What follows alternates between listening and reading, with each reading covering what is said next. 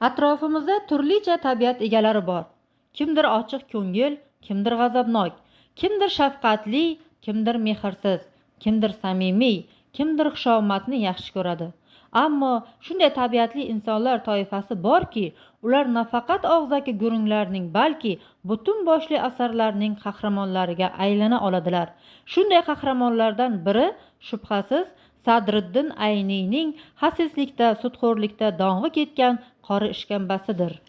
Boylik, mol dunyo nafaqat ko'zini, balki butun ongi shuurini egallab olgan ishkamba obrazi, uning qarashlari, atrofdagi odamlar va yashayotgan muhitiga munosabati kitobxonning kulgidan ko'ra g'azabini, ko'pchilik hollarda esa chin dildan rahm shafqatini uyg'otadi.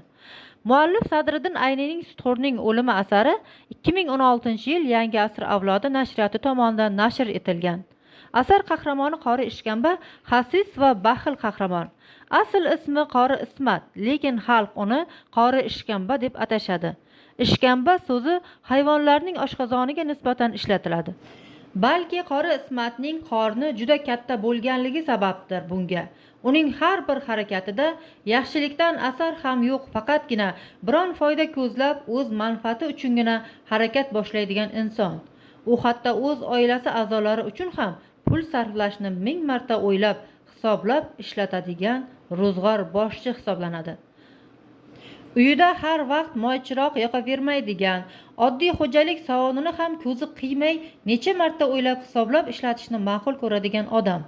Eng yomoni, unda pul ko'p, ammo bu pullar uning uchun yanada ko'proq pul keltirish uchun xizmat qilishi kerak. Muhtoj insonlarga foiz hisobiga pul beradi, lekin o'sha pullarga o'zida ehtiyoj sezilsa ham ishlatmaydi. Asar Buxoroga madrasaga ilm olish uchun borgan tolib tomonidan bayon etiladi. Ayni chog'da uning kuzatuvlari qori ishkambaning uyiga tashrifidan boshlanadi. Har ishda unga faqat foyda keltirishi kerak bo'lgan xatti-harakatlarni kitobxonga ulashadi. Hech qanday ish uning uchun xarajatli, ziyonli bo'lishi kerak emas.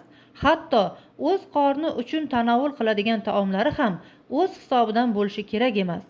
Qori ishkambaning o'z tilidan aytganda, u tomonidan foizga berilgan pullarning foizi bolasi, nabirasi va chevarasi bilan unga qaytadi.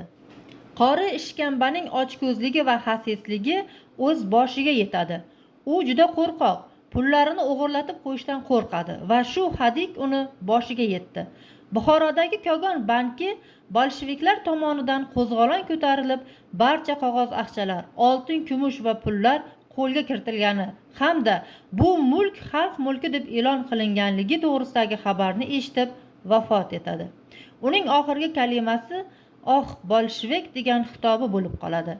Boylik, mol dunyo nafaqat ko'zini, balki butun ongi shuurini egallab olgan ishkamba obrazi, uning qarashlari, atrofdagi olamlar va yashayotgan muhitiga munosabati kitobxonni kulgidan ko'ra g'azabini, ko'pchilik hollarda esa rahm shafqat tuyg'usini uyg'otadi.